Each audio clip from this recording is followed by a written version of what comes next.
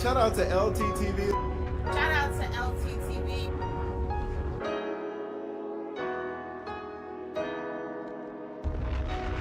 Shout out to brother LTTV. Shout out to LTTV.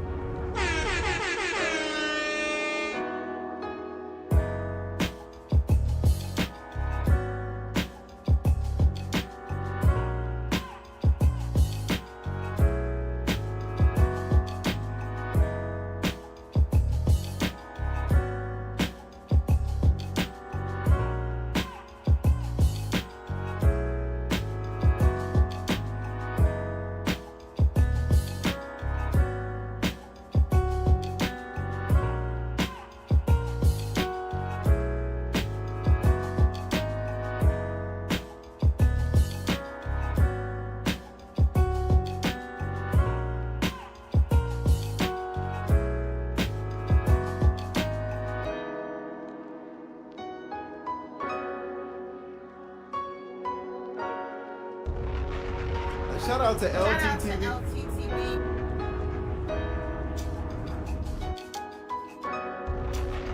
Shout out to brother LTTV. Shout out to LTTV. Damn, son, where'd you find this?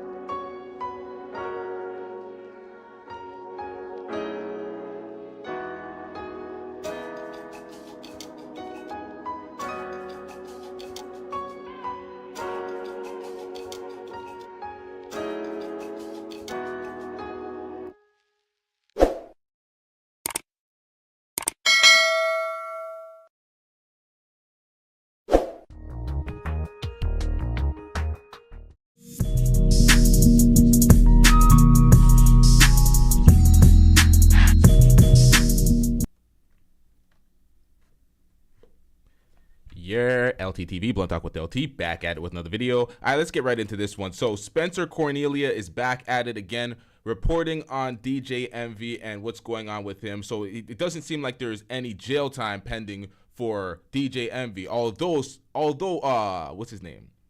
What's the other nigga's name? Cesar Pina. Cesar Pina is on the run.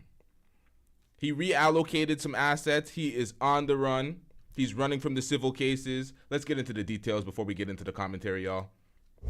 The first video I made covering this story went crazy. Many of you are saying Caesar should be in prison. Some of you want DJ Envy in prison too. After releasing the video, it fully hit me how large this Ponzi scheme is. After a few more victims sent me DMs on Instagram stating they lost a combined $700,000 to Caesar, I realized this is far bigger than I imagined. I even interviewed a real estate attorney based in New Jersey to help us.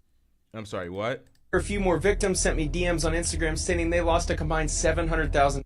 Let me move some of these things from the screen, y'all, because this is crazy. That when I did the first coverage, I'm like, yeah, there's some more victims in other reports, and now a lot of them actually reached out to Spencer Cornelia, and here are some of the text messages. So yeah, this is insane. Oh, let's get back into this, y'all.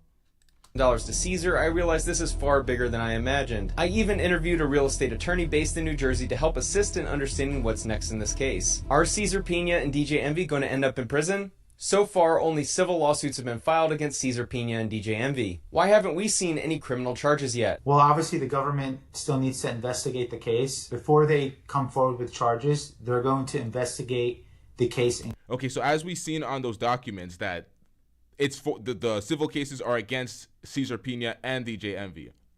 It's not just Cesar Pina. They're throwing DJ Envy into that lawsuit as well because he used we and us a lot of times while promoting this. So Let's get into this, y'all. In graphic detail, they're going to get as much evidence as they can. They're going to compile it together, and then they're going to move forward guns blazing. They're going to speak to every victim.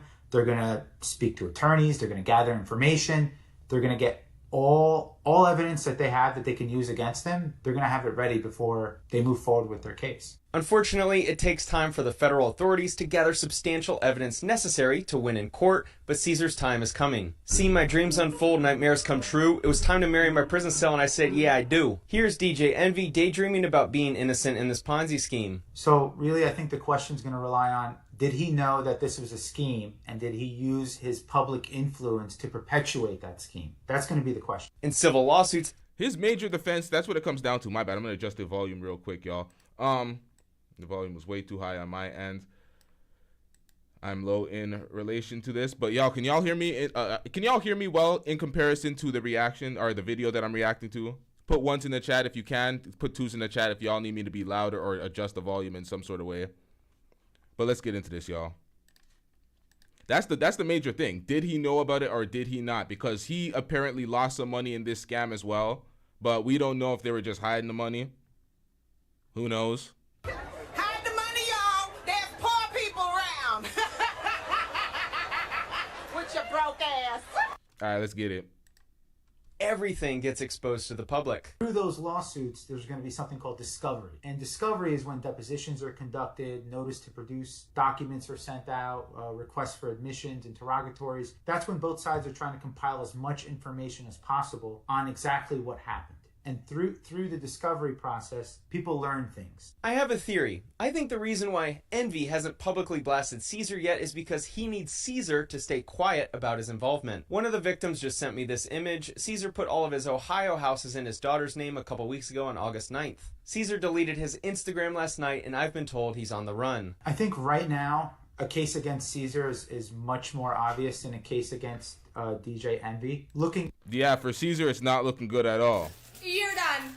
At it kind of from a legal point of view, vantage point, I think it's going to be a hard case for them to prove that DJ Envy knew about this and was perpetuating it. DJ Envy claims to have lost a significant amount of money in the Taylor Court Apartments deal and had no knowledge of the scheme. But he also had an office next door to Caesar for years. In the first video, I described how numerous investors came to Caesar's office demanding their payment back. DJ Envy is trying to convince us that he had no idea numerous investors were storming into the office next to his demanding money. And you were still promoting Caesar when your multi-million-dollar project that was supposed to be underway for 3 years looked like this. Yeah, see, this is damning information right here. This is where it doesn't look good, because you can't, it's going to be hard to convince them that he didn't know when he has an office residing right next to Caesar's office. Years have passed by and people, there's many complaints. There's been, as we've seen in the last video, we've seen people storm into the, or we've heard about people storming into the office demanding their money. So it looks like DJ Envy's lying through his teeth right now. This does not look good. Listen, y'all, I'm not wishing jail upon folks, but this is all civil right now. This is all going to civil court, and people want their goddamn money back. And DJ Envy doesn't look good. Cesar Pina's on the run, and right now they're smelling lies. They are smelling lies. Stop the caps. If he had no idea, and there is obviously question to that because he was an investor himself and he is owed money by Caesar. I think it's about $500,000, something like that. So I think that kind of furthers his point that he had no clue that this was going on, that he in fact made money from initial investments, and based off that happening, based off making that money, he kind of pushed this idea that you can invest in real estate, flip homes, make money, and people. If you are the top partner, it's you and him, it's you and Cesar Pina, it's you at the top, and you're in debt $500,000. You made money before, but you're in debt. I should say in debt, $500,000. So he owes you money. You're the top partner, and you continuously promote this guy to get other people involved in a real estate business where you're running in debt right now, and you're the top partner. So imagine all the underlings. How are they getting money? The people that invested in it. You're the guy standing next to him. You're at all these seminars. You're doing all these. You know what? Let's get into the details, because there's a lot of details here, y'all. Then we can get into the discussion. Relied on those representations, but in order for him to have accountability here is if he knew about it and continued to push it.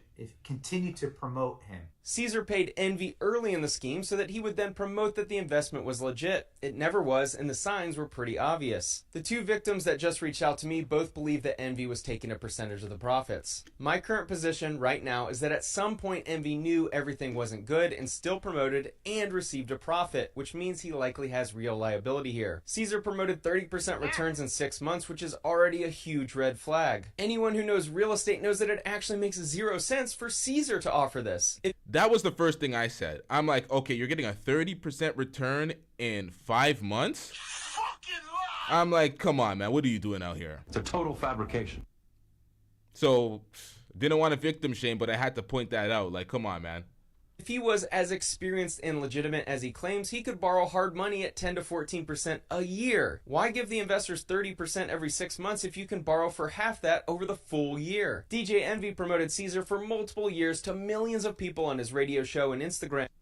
Once again, appearances mean something. The way you present yourself to the world means something. You are not going to invest in this guy if you crop DJ Envy out.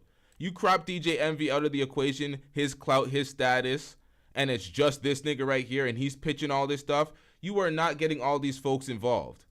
So you damn well know that he facilitated all of it, especially on his platform on The Breakfast Club, his influence, and then you know months later going into it, you're $500,000 in the hole and you're going to continuously promote this guy. It's not looking good, Envy. It's not looking good. And you pair that with Caesar Pina on the run. He did that shit. Guilty as fuck. Yikes. He shared the stage with him at seminars. He had a team handling attendees' information to upsell them into investment opportunities at the seminars. Caesar was then promoting investment opportunities to these attendees at an office next door to Envy. Envy is trying to convince us that he lent out his credibility and reputation to a criminal and scammer to millions of people and didn't make $1 off of that? Come on, man. Caesar wants his phone number hidden from the feds right now since they're probably starting to call him. The key element in this case is, when did Envy realize this investment opportunity was a Ponzi scheme?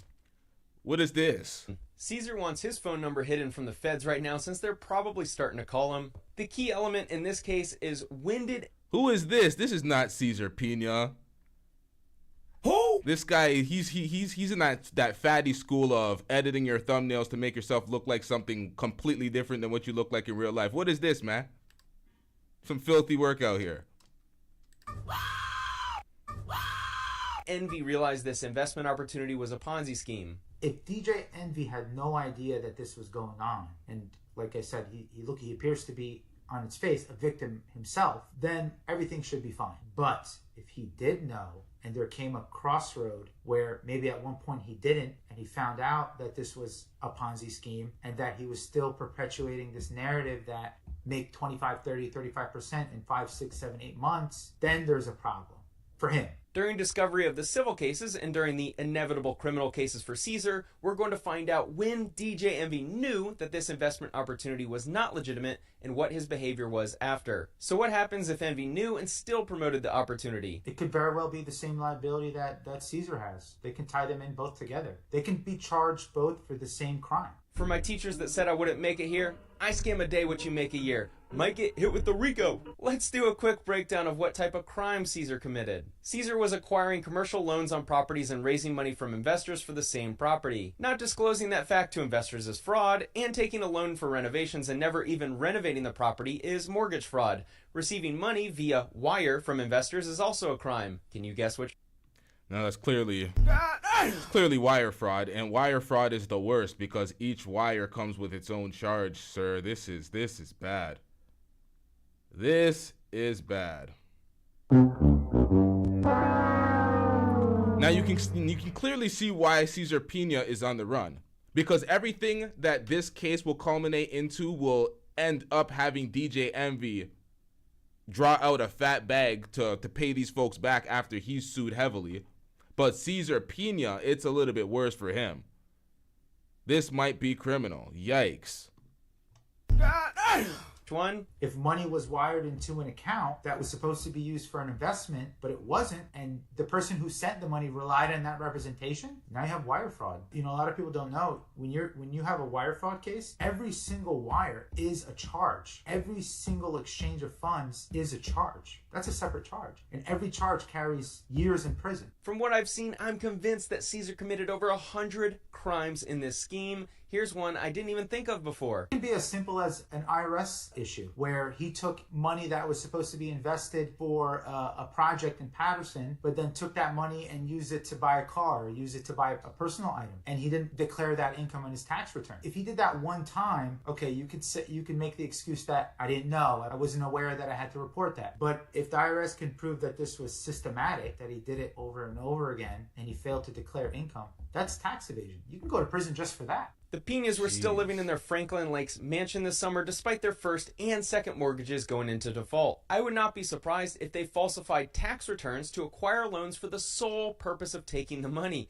Add another charge to the crime scoreboard. We know that Caesar was signing joint venture agreements with the investors, which left them unprotected. These situations, these were all, for the most part, unsecured. It was just a joint venture agreement. So it was person investing money with Caesar, okay, his company. That company would use that money to do X, Y, and Z. And in 5 months, 6 months, here's how much you would make back. I think most people just wanted to know, okay, I'm giving you 200 grand, how much are you giving me back? But it's not that simple. Attorneys are trained to think worst case scenario. But I think when people signed these agreements, they thought best case scenario. My best case scenario is I'm going to give this guy 100 grand. He's going to give me back 135. That's 35%. I don't know of anything providing those type of returns right now. I don't know of a single investment. So when he presented these agreements, I think he presented it to them in a way of, look, I have this property. Here's this house. I don't care what you say. You tell me I'm investing 100 grand and I'm getting 135 back within 5 months. I'm walking out the door. What the hell was that? You can't sell me bullshit like that. It's like it's too good to be true. You can facilitate your own money to do that. You can get a.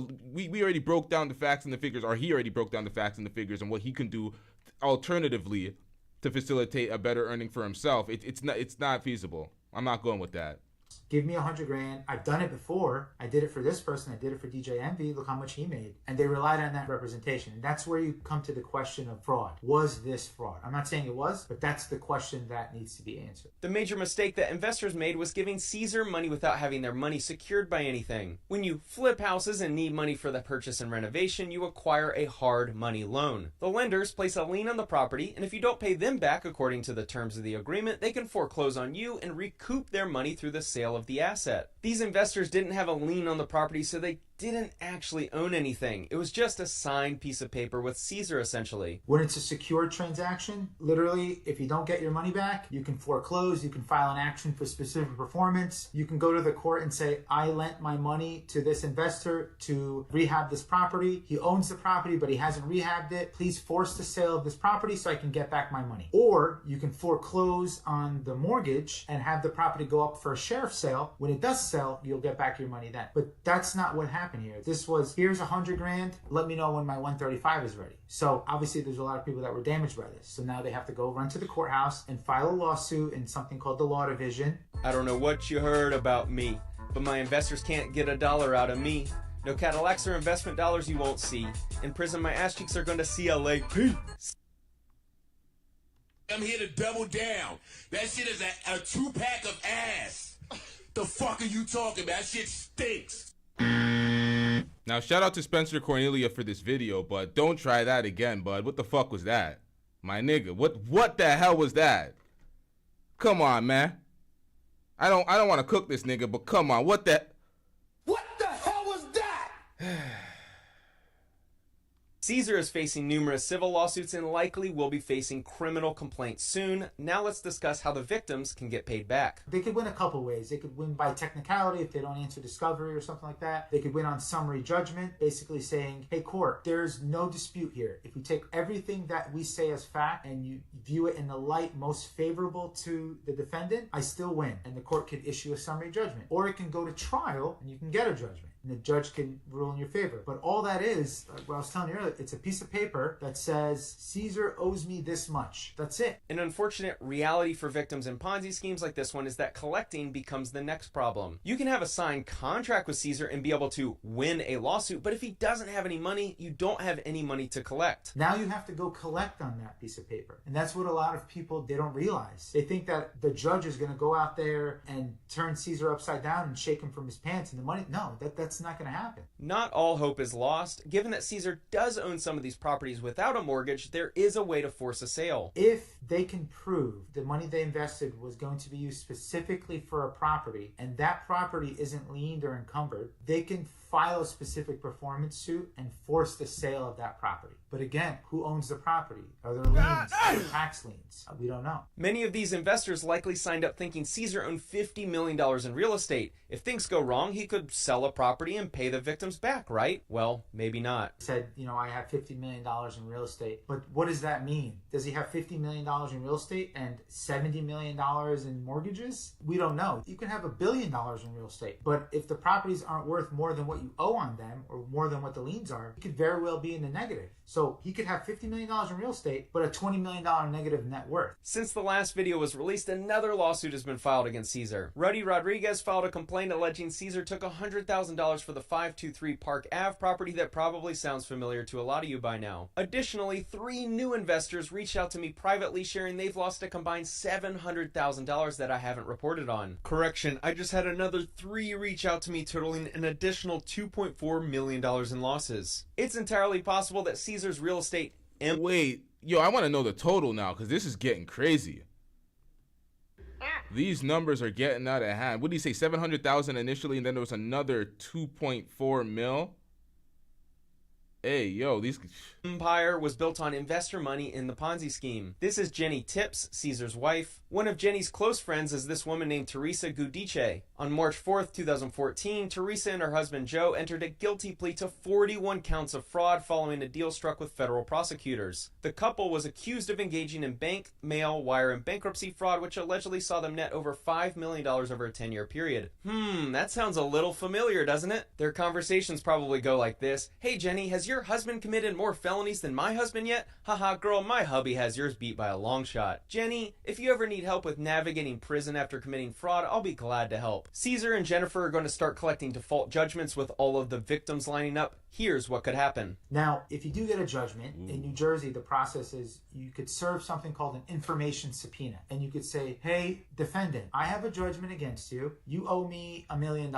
I need to know where are your bank accounts, how many cars you have, do you own any jewelry? I need a list of all the real estate that you own, any companies that you have a holding in, all this financial information. Most defendants either ignore it or they don't want to answer it, or they answer it incorrectly, or they answer it incomplete. If that happens, the plaintiffs could actually file a request for the defendant's arrest. If that warrant is signed by a judge in a civil court, they're not going to go and issue an arrest warrant and go to his house and arrest him. But if he's pulled over and he's flagged to have a warrant under failure to respond to an information subpoena, they could arrest him. And again, these aren't criminal charges, but force him to answer that subpoena. Caesar appears to be avoiding the civil lawsuits. I asked Peter if he could do this. Civilly, of course. You could let it all go into default, get all these judgments, and then go file bankruptcy. Caesar spent years claiming to be a real estate mogul, but now that it's time to... I doubt all that bankruptcy and avoidance is gonna work.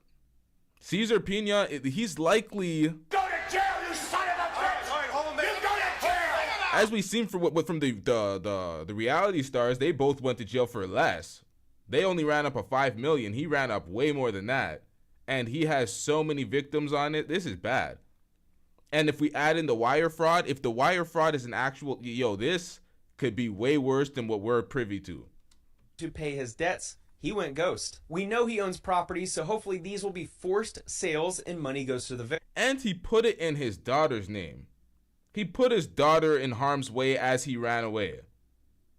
How do you do that? How do you do that? What the hell is going on? Victims. I'm not a bankruptcy attorney, but I know from experience through real estate litigation, there is a nuance with bankruptcy where if the debt that you owe was a result of a fraud, meaning you took on that debt knowing that you might file bankruptcy or knowing you couldn't pay off that debt, it could become non-dischargeable in bankruptcy. All of this... Yikes, you hear that? Non-dischargeable in bankruptcy. So yeah. You're done. You're not getting that bankruptcy shit off. This is what I'm saying. Yo, it's looking bad for Cesar Pina right now. It's looking real bad for Cesar Pina. This is the least of Caesar and Jenny's worries. The feds are surely investigating by now, which means it's almost over for them. This is clearly a fraud scheme, and they'll have no problem building a strong case against them. And when Caesar gets out of prison, the only job available to him will be dog walking. And now Caesar and I own over 2,000 properties worth probably around $100 million. If they... I'm sorry, we gotta run that back. I'm sorry, what did you say? Did you say Caesar or did you say Caesar and I? them. And when Caesar gets out of prison, the only job available to him will be dog walking. And now Caesar and I own over 2,000 properties worth probably around $100 million. See, this is where it's real bad, Envy. He did that shit. He guilty as fuck. You said Caesar and I own these properties. Trying to separate yourself from this, acting like you didn't know these things when you own this is gonna be rough. If they do, time to sell and pay off the victims. If you didn't own that much, then you committed false advertising fraud. If you raise money from investors... Okay, how many different frauds do they have in this case? We have wire fraud, bank fraud, what type of advertising fraud was this? Yo, there's too many frauds, man. Based on claims that you owned $100 million in real estate, and you didn't, and then Caesar and Envy took the money and ran, you deserve prison time. Shout out to Tony the Closer for leading the charge on this story and holding DJ Envy and Caesar Pena accountable. We have one final character that hasn't been introduced. Now, as it comes to, in the case of Tony the Closer would have probably done a lot more videos on this, but he's been sued by DJ Envy. I don't know if I mentioned that in the last stream. Let me see if I can pull this up. He's being sued. He's trying to put cease and desist on DJ Envy. Or on not DJ Envy, on Tony the Closer. Let's get back into this. Let me find it. Just yet. When am I getting my rent? What kind of property manager are you? It's not my fault, man. The kind that has a sharp haircut all the time, I'll tell you that much. Lucci is Caesar's brother, and he is crazy. How many times has your brother fired you? Every day. Lucci is my favorite character in this story. Lucci is a member of the team and should be included in depositions as well. Considering he's Caesar's brother, I wouldn't be surprised if he knew about the Ponzi scheme. This definitely does not look like someone involved in a criminal operation. He also looks like Hard Rock Nick's cousin. Lucci is the only property manager I know that gives his tenants cash money. At least he always keeps his relationships professional. Listen, it's going down December 9th. Come check us out with my big bro Flippin' NJ and DJ MB. This is going to be our second seminar. I've never seen a property manager hold so much cash and focus so much on his jewelry. And if there's anyone I want out with my big bro Flippin' NJ and DJ MB, this is going to be our second seminar. I've never seen a property manager hold so much cash and focus so much on his jewelry. And if there's anyone I want dealing with my money, it's a guy that definitely looks like this. Given how frequently he and his friends visit cash-heavy businesses, I'm very skeptical of where the rent money is going after being collected. He's also the first contractor in the history of real estate to visit a nail salon. It gets even better. Looking at Caesar, we know this is a family that likes to eat, but sometimes it's not just food being eaten. See how sexy I'm getting and slim putos? You don't know the stick together. Pause. Knows he can have it. Pause. You see what I do when I got the rock. Pause. Let me just put this in real quick. This is Daniel, by the way. I eat a lot of pussy, a lot of pussy. This is the guy Caesar hires for construction projects and to manage his alleged real estate empire. Remember, Envy and Caesar own $100 million worth of real estate, yet 30 or more victims haven't been paid $1. Maybe they mean they own their property in the metaverse. Thanks for watching.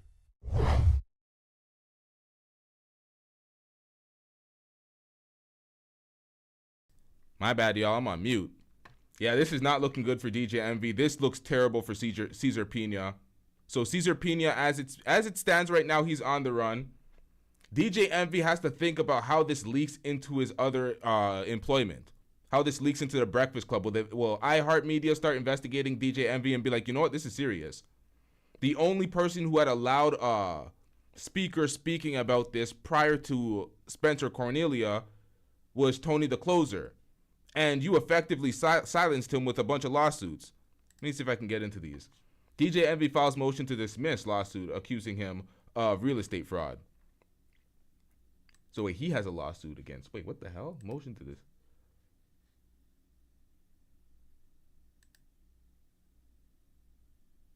Let's see if I can pull this up. DJ Envy filed a defamation lawsuit against former NFL player and entrepreneur Anthony Robinson, better known as Tony the Closer, documents obtained by the Shade Room accused Tony of publicly and maliciously spreading false claims about DJ Envy on his websites and various social media accounts. Now, we responded and we reacted to the interview of him asking DJ Envy various questions in relation to the Ponzi scheme.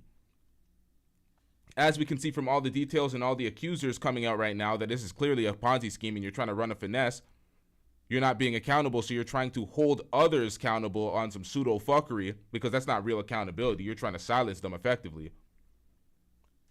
So it's like, what are we doing out here?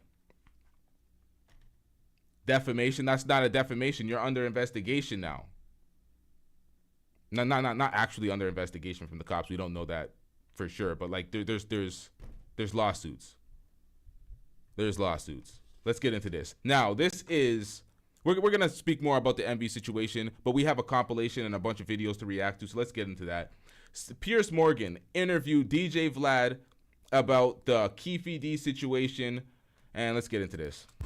Welcome back to Piers Morgan Uncensored. It was a question. Vlad is following suit with Suge Knight. Vlad's not saying nothing. Vlad, this is the first time that DJ Vlad actually had, because he was talking about, oh, I'm not the cops, I'm not the feds. None of my videos have ever been used in a prosecution.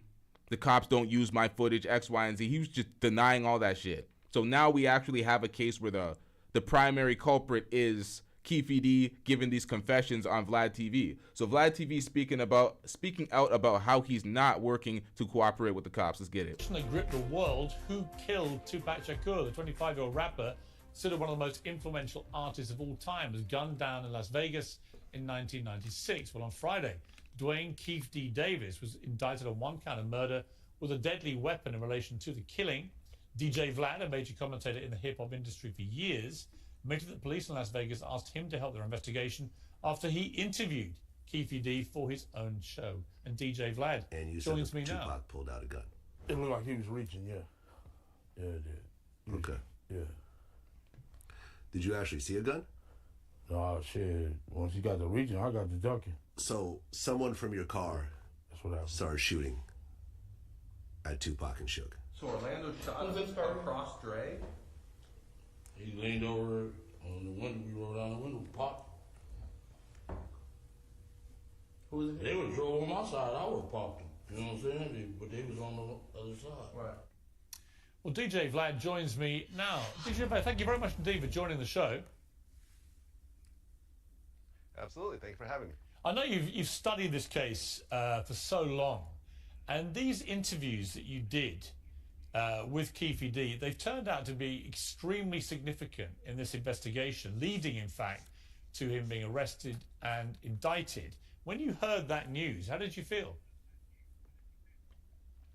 Well, I mean, the goal wasn't really to get anyone arrested. It was really just to get the truth of the matter. The story about Orlando. Is the audio on this one lower than the other one? Let me see if I can get a little audio boost in this. It seems a little lower. Orlando Anderson killing Tupac, I've known since around 2007. So this was essentially the worst kept secret in LA. Everyone knew about it, but there were no arrests, there was no convictions, there was no anything, there was no actual proofs. There was a lot of conspiracy theories around it. So around 2008, when I first heard the Keefe confession tapes that Greg Kading got, then I found out there was a book that was about to come out. I got a hold of Keefe D and his co-writer, and we scheduled an interview, and we just went from there. I mean, he appears to have incriminated himself in this interview, certainly the last one. Did you believe he was doing that as you interviewed him? Well, I think that he believed that he had a level of immunity when he did the proffer agreement. I think at the time. Because we reviewed the proffer, but did I review the proffer agreement, or I was supposed to do that in a part 2? Nonetheless, the proffer agreement was clear. It wasn't capped. It was capped at the end of the actual agreement, as in what you tell the cops in that agreement is only safe within that agreement. If you start taking that shit elsewhere and start admitting this shit, you can be tried for those very same what's the word I'm looking for? Admittals? I don't know, man. He was saying that he had cancer, so maybe he didn't think he had much time to live. So he was just kind of letting it loose at that point. But you know, it was a little bit crazy that he actually sat down and we did everything. And when I asked him about it, sometimes he would try to dodge certain questions, but ultimately I used the book as a blueprint. So whenever a question wouldn't get answered, I said, well, the book said X, Y, and Z. And then at that point, even writing the book wasn't, that's not a part of the proffer agreement. Writing the book is outside of the proffer agreement. That is an admittance outside of the agreement. So you're admitting it, and you're going to be tried for that. He kind of went along with the, you know, what was written in the book. It's been reported that you have resisted efforts by the police to hand over all the unedited tapes. Is that true? And if so, why? Yeah, it's true. I mean, ultimately, people that we have on our show, we don't turn around and cooperate against those same people with the police. For me, just in terms of business-wise and my ethics and so forth, I just feel there's something wrong. So when Las Vegas police reached out to me multiple times, I just never responded. I think what they did ultimately want was the raw footage. That was an email that they sent after a couple of phone calls went unanswered. Ultimately, if you know the style of our footage, everything that we film gets released. So I think there's a little bit of a barking up the wrong tree situation, but maybe they thought there was a gotcha on there in the footage that was unreleased, which I'm not aware of it since everything did get released. But ultimately, we don't cooperate with the police. And, you know, we've had situations where police have tried to get footage from us, and we've had our lawyers step in and actually block it. Are you concerned? I mean, it's, you know, I've done many interviews, including crime interviews, actually, over the years. And there's always a certain element of concern as an interviewer when you stray into that kind of territory about repercussions from people involved. I mean, given there's now been an indictment here, are you worried about repercussions against you? I don't worry about doing my job. I've been doing Vlad TV for 15 years now. We've covered a lot of very serious issues. We've interviewed like mass murderers like Sammy the Bull and so forth. So I don't really worry when it comes to doing my job. My job supersedes any level of concern or fear or anything else like that. And ultimately, you know, if I ever feel there is a situation where there might be some danger, I always move with armed security. You famously a very big fan of Tupac. There's, of course, millions of people. Now, hearing this, Vlad is definitely not cooperating with them. Johnny Tightlips, where'd they hit you? I ain't saying nothing. This is the issue. Folks always want to blame Vlad and not be accountable for their own ratting on his platform. They get on his platform and they see the views and they want the clout, so they're telling. Yep, I'm telling. They get on their platform and they tell all the war stories, as we see DJ Envy recently get on his platform, tell all sorts of war stories, try to deflect away from the whole Ponzi scheme that's going on. That's what folks do. They tell on themselves. They come in, they're on camera, they're wearing a wire, and they're telling on themselves. Vlad's not cooperating with the cops. Y'all are doing it to yourselves. Folks they can't blame Vlad. You could say next question. It's not the same way as Adam 22. Adam 22 has crossed that line where he's straight pressing folks. He tried to shame an artist for not giving him information on some street shit. And he's like, why are you here then type shit? Why are you in the interview type shit? He's like, we don't need you if you're not going to give up the goods. So Adam 22 is on some next shit, but still, you still some self accountability. Even if Adam 22 is trying to get that bullshit from you, you gotta be like, listen, nigga, none of this ratting out here. And it remained one of the great mysteries about this. If it turns out that your interviews have helped lead to solving this mystery, will you feel a sense of closure for Tupac and his family? Well, I mean, for me, the closure came 4 years ago when I did the interview. There was a lot of conspiracy theories when it comes to Tupac. There was that, Suge had him set up. There was the government did it. There was the first responder had a body that he switched. The Tupac is living in Cuba. Now, the closure for his family should have already been there. Tupac was in the streets. Tupac knew what he was doing. The cop that held him while he was passing away said that Tupac seen the person who did it, and he asked the Tupac who did it, and Tupac said, fuck you. Tupac was not cooperating. So at the end of the day, it's like they didn't care for it to be solved in the criminal law, and everybody that was involved in it's dead now. Everybody in the car is dead except Keefe D. He's out there ratting on himself. So you got to take them L's and what comes along with it. And doesn't he have cancer or something? He's going out doing the most, talking all this shit because he's suffering from cancer and he's looking at his time. I swear somebody said something about that. Can we get these likes up, y'all? We have like half the likes as the viewership right now. Let me refresh this browser to see if that's actually true. Okay, so we have less likes than the viewer. Well, yeah, we have like half the likes and viewers because the viewers drop a little bit. Let's get this, man. Somewhere there's a lot of crazy theories out there. So for me, when I did the interview 4 years ago and we went through the entire story, you know, really Keefe D's entire life story, but really leading up to what happened from Orlando getting jumped at the mall to, you know, the next few steps to them going to Vegas to what happened, you know, during the fight to what happened afterwards. That essentially told the story. Yeah. You know, I've been saying for years that I solved the Tupac murder. Right. You know, when it comes to the family, I've had various family members reach out through people to say they're very happy about it. But the thing about it is, you know, I know people that were very close to Tupac's mother, Afeni Shakur, and they all told me that while she was alive, she did not care about the police solving this case. The Shakur family had a very, you know, bad relationship with the police. Vlad, we've run out of time. Afeni was even pregnant. Shout out to Jimmy James with the $5 super chat. I'm getting rich.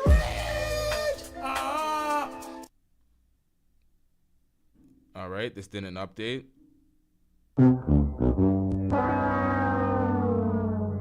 Hey, yo, come on, OBS. What is this? I'll give it a second.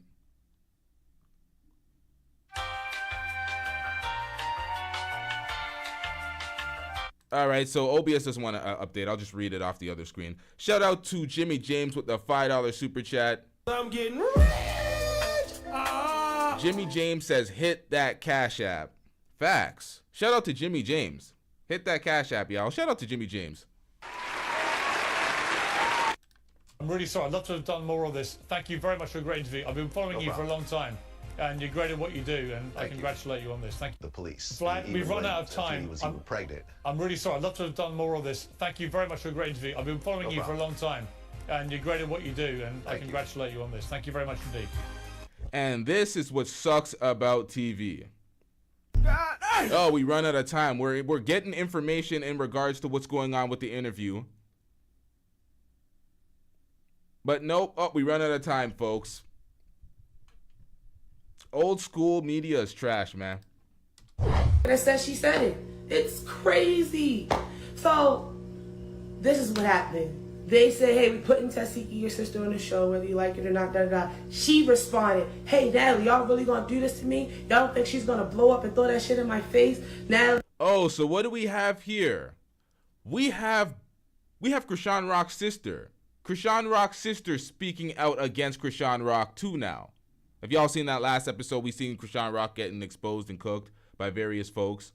Krishan Rock's sister's turning against Krishan Rock too. Listen to the details, y'all. And it's about the whole, you know what? He said, yada, yada, I wasn't on the phone. But that's how it went. It didn't go how my fucking sister called me and told me that it went. She said that they just called me and said, fuck us, we gonna put her on the show. I mean, and I was sitting there thinking, like, why would they say that? That's their show. It's Natalie's show, so why would she? Okay, whatever. But now it makes more sense. Now that the truth is starting to come out, it just makes more sense. Motherfuckers been, you're not, when I say motherfuckers, I'm not talking about Natalie. I'm talking about Krishan and her little weird ass so-called godly friends. They been plotting on me. It's just when you are a real God's child, baby, God's gonna make sure it doesn't happen. Yeah. He's gonna protect you. And then he's gonna make sure he give you armor so you can protect yourself as well. And that's what happened in the situation. The odds was for me to fall, crumble, get stomped out. Yeah, motherfuckers was told to stomp me out, all types of weird shit. It didn't happen because I'm a goblin. I'm a warrior. Are you dumb? Yeah, let's talk about it, get into the tea. Huh, bitch. Y'all want me to, y'all keep saying in the comments, you need to forgive, you need to forgive. Y'all don't even know how many times I forgave. At this point, how the fuck you come from that? Even, let's just say this. I'm gonna give y'all this. Let's say if I would have answered her call on Monday when she kept calling my phone. When you keep calling my phone, texting me, bro. I'm not answering you. Let's say if I would have answered and I would have accepted her apology. Do y'all know my conscience would have been tore up? y'all know I would have been like, okay, say because one thing about it, if I forgive you, I'm back like this with you. I'm back cool with you. I forgave you. I never hold shit over here. I forgive you. So if I forgave her, that means we would have been back like this. Like far as around each other. I would have literally been paranoid, like, yo, if we had any type of word, misunderstanding, I got to worry about her calling my goons. Matter of fact, let me call my goons. Then maybe Sean always stays at my house. She loves to hear it. Everybody. Now, the only thing I have to say about that is, for anybody who cares about that, that was Krishan Rock's sister going at Krishan Rock, and now let's move on. We don't care. Let me tell you. We don't care. All right, so a girl ditched her boyfriend at an 03 Greedo concert, and let's see how he responds. All right, so right now we're just reacting to a bunch of viral clips compilation before we wrap this show up and get to the next one. Her calling my goons. Matter of fact, let me call my goons. Then maybe Sean always stays at my house. She loves to hear it. Oh shit! How far did I go?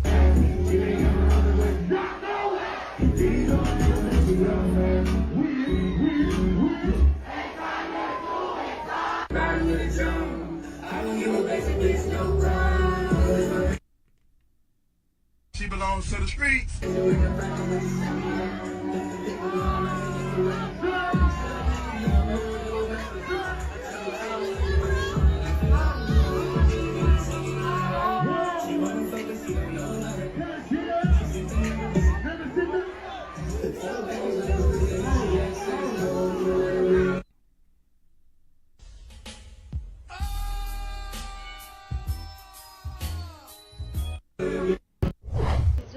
Now, at least he left. That's embarrassing as fuck. She clearly belongs to the streets, but at least he didn't try to cuff it. He didn't try to stand in the L. At least he left. He's like, man, fuck this shit. You can't control what happens to you in life, but it's how you bounce back sometimes. And this nigga was just like, man, fuck this shit. I'm out. He was just like, if you don't get that bullshit out of my face, bitch. That was allegedly his girlfriend, but we know where she belongs. She belongs to the streets. She belongs to everybody. She's ours. Not mine, but you know what I mean. You just seem very misogynistic, realistically. What is misogyny?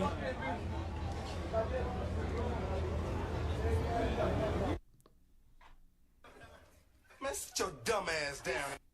Once again, y'all.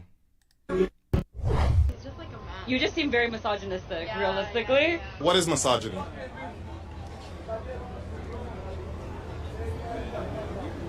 Why are you using words that you don't even know the definition of? No, that's not what I meant. I think you are misogynistic, though. What does misogynistic mean, though? Like, just so I know what you're calling me. Okay, so the reason I said it is just, again, based on the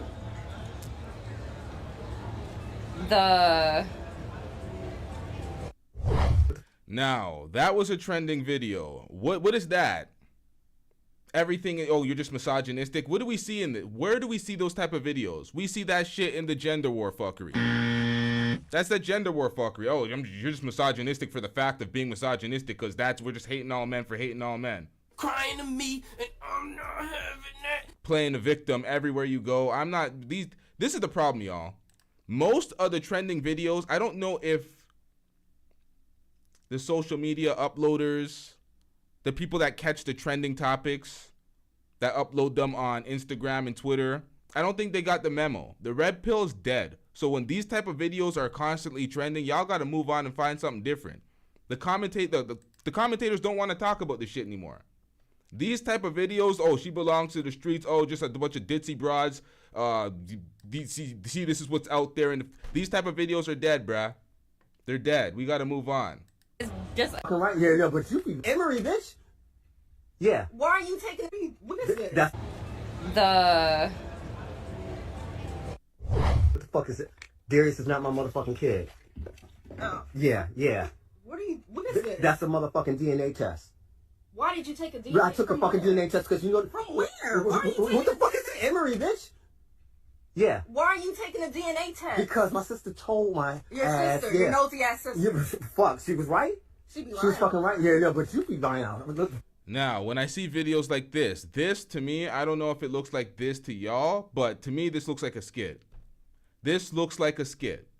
All these videos they're trying to make, this doesn't seem like a natural reaction to something like this in the setting that they're in. I always see these videos and I'm like, yo, if y'all don't get this bullshit the fuck out of my face, man. If you don't get that bullshit out of my face, bitch. Like, we'll feed into it, we'll react to it, we'll say, oh, if this scene actually happened, this is how you should respond. But all these videos are staged. And what are they staged for? The gender war fuckery. That's why I said these folks have not got the memo. This shit, we're wrapping this shit the fuck out. We are wrapping this shit the fuck up. We're done with this. Fuckers. Why would you name our child Darius? It's not our child. It's not even our child. No, it's not my son. Yes, you've been raising him for 3 years. Yeah, I've been raising him, and you know that was somebody else's child. You know that was some. Who the fuck he was fucking? He even looks like family. No, he looks like fucking family. Bitch, why have you sat there and let me raise? Got my last name? Are you fucking kidding me? All right. During the time that we had a break, it was one time. All right, we were going through stuff, and that's it. Oh, okay, one time. So I didn't think anything. Well. Yes, the camera loves your nastiness. This has to be some of the worst acting of all time. Stop it. Get some help. Look how many times it was shared. 2,444 times. These type of videos continuously go viral. People feed into this all the time. And why am I reacting to this, actually? So I have you raising somebody else's kid. So we do. One time. What the fuck? No, that's not my motherfucking child. You've been fucking somebody else. That's somebody else's fucking child. Why is your sister telling you to do that anyway? No, because the fuck. It's not my motherfucking child. He's not our blood. It's not our blood. No, that's your child. That's your child. You and your child need to get the fuck out. That's what the fuck need to happen. Get out. Get the fuck out. Where we gonna go? I don't give a fuck. Go. You're gonna kick me and your child out. That's not my motherfucking child. Go find the daddy. Right. Fuck that shit. You know what? Fuck. Yeah, okay.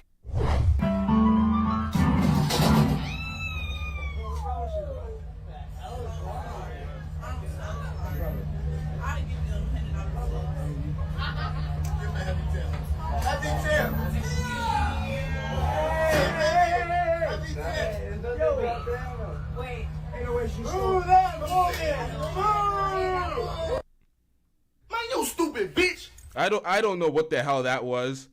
That was a distraction to rob this motherfucker. What was this? That shit. You know what? Fuck. My bad. Yeah, okay.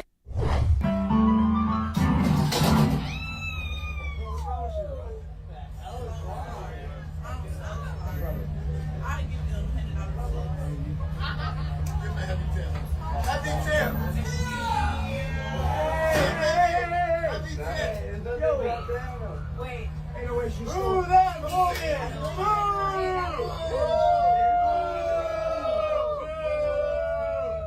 You suck, asshole! How could I want to hit him? Alright.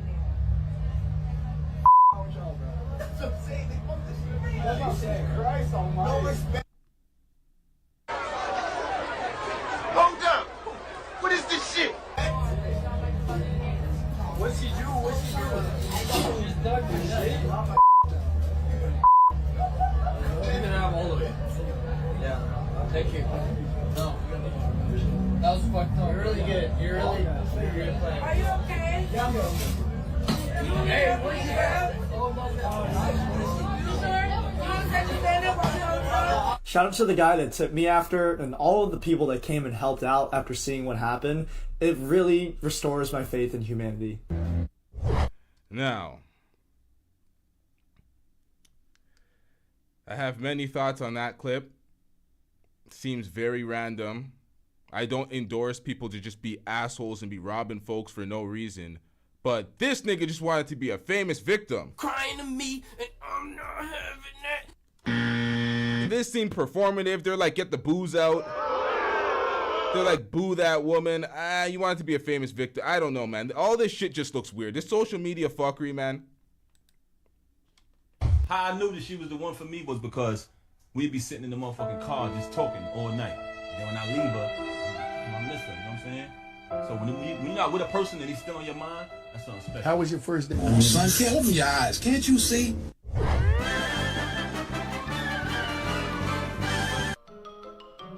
I That's all, folks. Now, Papoose is down bad. Yo, Papoose is down bad. He's not as down bad as Cesar Pina, ditching the country, putting the properties in his daughter's name. Some filthy work out here. DJ Envy's he's under review. This is all bad. Make sure y'all hit the subscribe button. We got a lot on the way. We out. Yeah.